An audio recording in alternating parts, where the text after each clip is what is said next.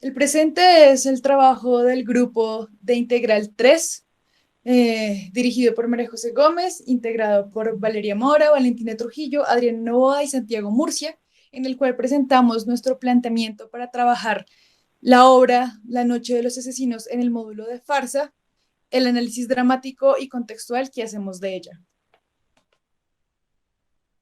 El planteamiento desde la dirección busca analizar la rebelión como la necesidad del ser humano y verla en la paradoja del yo que soy y el yo soñado, el cual no nos permite alcanzar nuestros deseos y nos muestra obstáculos. Este conflicto atraviesa la obra, a Cuba, y nos atraviesa a nosotros como individuos, 5 estudiantes de artes escénicas en esta sociedad colombiana del siglo XXI. La obra teatral fue escrita en el marco de la Revolución Cubana entre 1954 y 1950, en el año 1955. Para abordar el contexto de la obra es importante tener en cuenta que Cuba viene de un periodo colonial muy extenso, es el último país en independizarse. En este proceso de independencia estuvo una figura muy importante que es José Martí. Él estuvo incentivando la primera gran revolución cubana y gracias a él se desemboca luego en la independencia de Cuba. A partir de esto viene un proceso que se extiende desde 1902 hasta 1909 y que se enmarca como la enmienda Platt. En esta enmienda se consagran algunos derechos que se otorga a Estados Unidos por haber, entre comillas ayudado a Cuba a deshacerse del yugo de España. Aquí se enmarca que ellos pueden intervenir cuando sientan que están siendo amenazados y también que tienen el derecho a usar una parte de la isla que es el cuartel, la base de Guantánamo, perdón. Más adelante viene un periodo de progreso, un tiempo de progreso que fue como en blanco y negro. Este fue el tiempo de poder de Machado. En este tiempo hubo mucha estimulación al progreso, pero también muchísima represión hacia el pueblo y hacia las personas que estaban en contra de estas ideologías. De ahí para allá hubo un tiempo de transición, un gobierno de transición que desembocó en la toma de poder de Batista, que se da luego de la revuelta de los sargentos, que es ganado y bueno, como dije, desemboca en la ganancia de poder de Batista. Batista tiene una época, un mandato entre las sombras de la mafia de Estados Unidos y bajo estas sombras toma malas decisiones para Cuba que perpetúan la represión y la dependencia. Más adelante, bueno, este episodio fue conocido como uno de los detonantes más importantes para la Revolución Cubana, que se da entre 1953 y 1959 y que tiene como primer suceso el asalto al cuartel Moncada, que iba dividido en 3 fases y tenía como objetivo apropiarse del armamento para poder llevar a cabo la revolución. Lamentablemente son encontrados antes de llevarlo a cabo y deben exiliarse a México y volver desde el extranjero a reorganizar la revolución. Más tarde vuelven y tras varias luchas terminan ganando en 1959 la revolución cubana.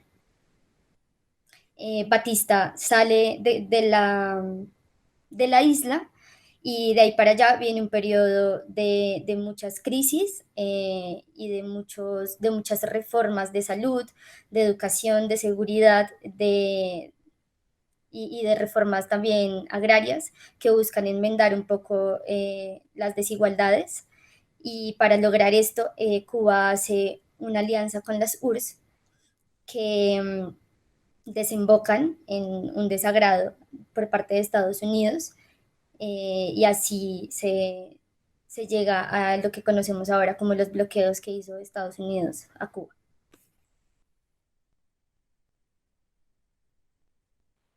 Entonces, podemos concluir a raíz de la historia de Cuba que ha tenido un anhelo de libertad constante porque solamente hasta la revolución tuvo una oportunidad de gobernarse a sí misma como pueblo, y toda esta revolución que se dio en el 59 le abrió horizontes al pueblo cubano y lo llenó de ímpetu y esperanza. Culturalmente surgieron varias expresiones que hablaron de este periodo y que lo cuestionaron en ese momento y ahora. Esto es una expresión de la noche de los asesinos, es una expresión de esto. ¿Quién es José Triana entonces y cómo era su relación y cómo tuvo que ver con la Revolución Cubana? José Triana fue un poeta, dramaturgo, guionista, filósofo, traductor y crítico cubano. Nace en Atuey el 4 de enero de 1931 y fallece en París el 4 de marzo de 2018 en el exilio. Bueno, nace en una familia de origen obrero. Su padre trabajaba en una compañía de teléfonos, a quien más adelante ascienden y se mudan para Bayamo. Estando allí en Bayamo, con 10 años, a la edad de 10 años, empieza a explorar y a escribir sus primeros poemas, empieza a explorar la poesía, donde se nutre con los primeros autores de su infancia, como lo son Dante Alighieri, Miguel de Cervantes, Émile Zola y Cirilo Villaverde. Más adelante, en 1950, se gradúa de bachiller y entra a la carrera de filosofía.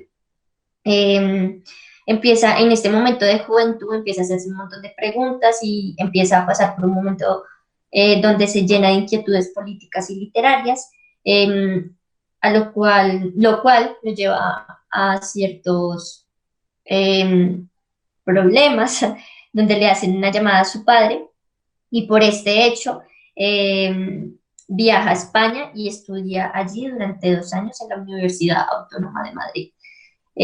Allí pues empieza a tener ciertos referentes, se establece en un teatro donde pues allí empieza a trabajar y en ese lugar tiene un sacudimiento teatral, al que llama él de esa forma, y empieza a escribir teatro, donde por primera vez, mentiras, ve las obras como Esperando a Godot y La cantante calma, que en ese momento es cuando empieza a escribir teatro, y su primera obra escrita, no publicada, sino escrita, se llama Un incidente cotidiano, junto con El mayor general, que sí es la primera obra publicada. Ya luego de esto, pues vemos unos referentes, los cuales uno de los principales que tuvo pues a lo largo de su historia fue Martí, donde aquí veremos una frasecita. Toda obra de Martí era para mí un testamento literario, poético y revolucionario, citado por José Triana. Otro de los referentes importantes es Sartre y Camus, perdón. Y ya luego viene la poesía y literatura latinoamericana, donde dentro de estas está Virgilio Piñera, y aquí vamos a hablar de 2 puntos importantes que fueron como choques estéticos para él dentro de su arte, influencias, que dentro de estos está Virgilio Piñera, donde en un momento de su vida lee el poema que se llama La isla de Peso, y eso fue un gran referente para él. Ya luego viene la generación del 98. Okay.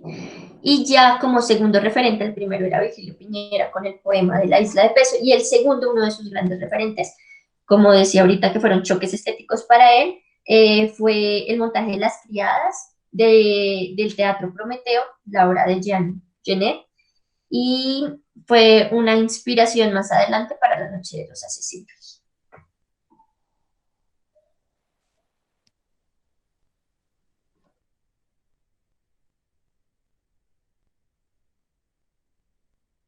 Postura política de José Triana. José Triana apoyaba la revolución, participó activamente de la misma.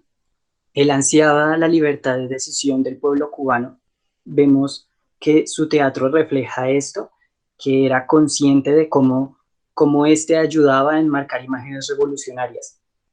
tenemos aquí una frase que él decía, que era: yo me digo, si el mundo es teatro, si la revolución es carne de teatro, procuremos que el teatro y por consiguiente la revolución sean ejemplares, y tal vez, y solo tal vez, conseguiremos entre todos que el mundo también lo sea. Entonces vemos que José Triana escudriña con su dramaturgia en el marco revolucionario, en lo que guarda, en lo que oculta, sus secretos, en lo que deja fuera. Expresaba las molestias de las clases más bajas, más sencillas, y esto le permitió hacer como una lectura mucho más amplia de su contexto, le permitió hablar de la gente, del pueblo mismo. El problema en sí se basó que el concepto mismo de revolución atravesaba una crisis cultural. Vemos que el ser humano busca nuevos horizontes, siempre está en busca de cambios y transformaciones. Entonces, un sistema que impida esto, que censure este avance, va a generar incomodidad, va a generar crítica. Esto lo vemos relacionado, lo vemos en las obras de José Triana, lo podemos ver en estas, que son El Mayor General. Entonces, en 1957 vemos cómo esto muestra una historia contra la tiranía situada en la década de 1920 contra el periodo batista. En Medea en el espejo vemos esta metáfora de la vida cubana y de la necesidad de un acto de liberación. En La muerte del ñeque vemos una búsqueda de un nuevo orden y cómo en la vida de los cubanos se estaba reproduciendo, repitiendo estas mismas luchas de poder. Vamos a hablar sobre el regreso de Triana a Cuba después de su gira mundial. Entonces, él regresa en diciembre del 67, donde participa en un seminario de teatro, donde el propósito allí era crear como una política cultural revolucionaria, y para ese momento el Estado cubano deja de apoyar a varios autores como Virgilio Piñera, Antón Arrufat, Abelardo Estorino y hasta el mismo Triana. Les han quitado ciertos apoyos. Al terminar este seminario en el que se encuentra Triana, él lee una ponencia y es abucheado por todo el público, donde lo tildan de ser contrarrevolucionario y ser un infiltrado de la CIA, y también estar intentando infiltrarse dentro de los intelectuales cubanos e instaurarles ideas antirrevolucionarias, etc.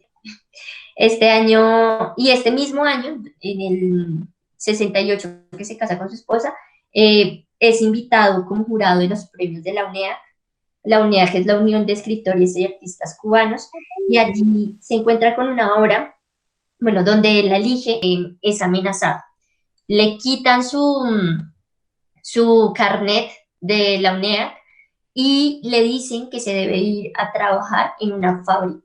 Él se va a trabajar en una fábrica de libros. En el 74 deja de trabajar en esta fábrica, le dicen que ya durante muchos años estuvo sin escribir, y en el 74 le dicen que tiene que dejar de trabajar en esa fábrica y puede volver a sus labores normales. Y en el 80 se exilia en París con su esposa. Los acontecimientos desembocan entonces en La Noche de los Asesinos, obra de suma importancia que se enmarca, como ya lo hemos dicho, en la Revolución Cubana. Esta obra maneja el planteamiento en el cual tres hermanos se encierran en el sótano de su casa a jugar a el asesinato de sus padres. Y durante todo este juego ellos buscan liberarse de las reglas de su casa, y esto empieza a funcionar como una metáfora de la sociedad cubana y libera una situación muy específica de la Revolución Cubana. ¿Cómo me libero de algo? Entonces ahí habla de cómo la autoridad paterna está escondida en el subconsciente y muestra esos traumas más profundos. Entonces es como mostrar entre la realidad y la ficción, muy sutil pero a la vez muy profundo, es decir, lo que está bien adentro. Hay una lucha individual de cada uno de los personajes, entonces esa lucha está representada en todos sus miedos, en todas esas sensaciones que sienten, en todo ese malestar que van viviendo, pero ellos no pueden mostrarlo, digamos, mostrándolo tal cual, siendo ellos mismos que necesitan utilizar dobles, es decir, utilizar una máscara. Y es que él decía que en su obra era una parábola invertida hacia atrás, buscar los orígenes, buscar los secretos, que está fuera de la historia, pero que sin embargo es la historia misma, es decir, buscar eso que desenmaraña atrás, que a veces, digamos, se omite o se deja a un lado. Entonces él dice, es necesario encontrar obras desde ahí para encontrar la razón del conflicto, la razón de por qué se está dando o lo que se está sucediendo. Entonces, digamos, en una entrevista que él les concedió más o menos en los años 80, él decía también otra situación o otro momento era que esta obra está involucrada muchísimo con el proceso revolucionario en Cuba. Entonces, él se pregunta a sí mismo, bueno, ¿contra quién se escribía? Contra todas esas medidas represivas. Entonces, era como una especie, digamos, de crítica a todo lo que se habla de que la nación o la patria es como lo femenino, todo lo que embarca, todo lo que es la ideología, la gracia, la cultura, y el Estado, que es el papá de benefactor. Entonces, hace como una especie de todo eso, ese papá benefactor, que es lo único que ha hecho es reprimir, oprimir, y al mismo tiempo quitar libertades. Entonces, él decía que el acto más raro es el acto de la libertad, y curiosamente es ese acto que ya se había, digamos, contado ya en mis temas compañeras, él siempre anhelaba la libertad, y de hecho todavía anhela. Entonces, siempre ha anhelado ese momento de soñar, de vivir y tener una mejor sociedad. En ese sentido, pues lucha contra un orden establecido, las banalidades y demás. Y algo muy particular también es que él se ponía, digamos, a cuestionarse de que es necesario el cómo pensar y no el qué pensar. Entonces, en ese sentido, llegamos a ese yo saturado de Beba, Cuca y Lalo. Ellos, pues, en cierta forma, yo lo identificaba como una especie de entorno personal. Lo relaciono en ese sentido porque, primero, ocurre, hay acontecimientos de su infancia que permiten no poder integrar una identidad única y necesiten plasmarse en varias identidades para poderse encontrar a sí mismos. Entonces, eh, casualmente ellos han vivido situaciones muy fuertes de su vida, especialmente por la represión de sus padres, por todo, digamos, se puede decir, el maltrato que vivieron de parte de sus padres. Entonces, en ese sentido, en la obra hay algo muy particular y es que ahí aparece algo llamado el doble. Entonces el doble nace del conflicto mental entre los hermanos al desear poder matar a sus padres. Obviamente no los puede matar físicamente porque no lograrían, digamos, muchas situaciones, en especial, por ejemplo, cuando hay una situación en donde, por ejemplo, Lalo afirma, reconozco que no sé moverme en la calle, me confundo, me pierdo. Además, ignoro lo que me pasa, es como si me esfumara. Ellos no me enseñaron, me confundieron. Entonces, ahí habla de que simple y sencillamente, desgraciadamente los hermanos dependen del origen que tanto odian, pero sobreviven a ese acto simbólico cuando representan la muerte y cuando deciden asesinarlos metafóricamente hablando, simbólicamente. Entonces, a través del desdoblamiento, que van viviendo, todo lo que van suscitando en sus vidas, entonces Lalo con sus hermanos en un esfuerzo de acabar con sus villanos se desdobla en esos personajes para en cierta forma justificar el parricidio.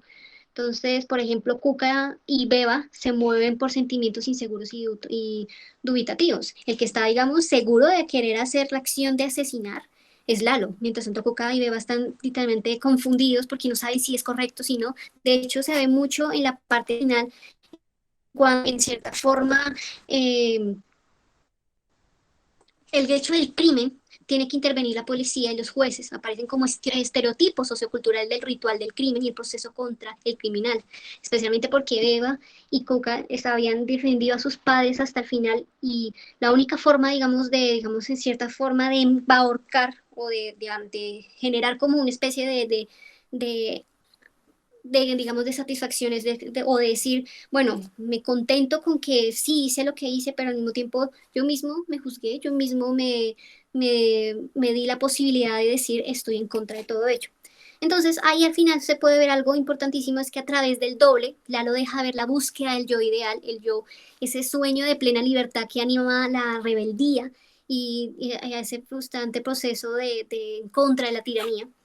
Y ahí es donde otro elemento, digamos, importantísimo, y es que Lalo y sus hermanas necesitan rebelarse contra esa tiranía para, digamos, involucrar un orden de valores que abarcarían en lo que ellos buscan, ese yo ideal, y pues así al mismo tiempo, porque si no lo hacen, el yo real no dejaría nunca de aplastarlos en contra de todo lo que está sucediendo. Entonces, ahí algo parece importantísimo y es que ahí el elemento de la catarsis se da es porque una u otra forma ellos desdoblan la realidad, en cierta manera utilizando la máscara, eh, sirve muchísimo para poder, digamos, solventar todas las sensaciones que sienten, que no pueden decirlo abiertamente, sino por medio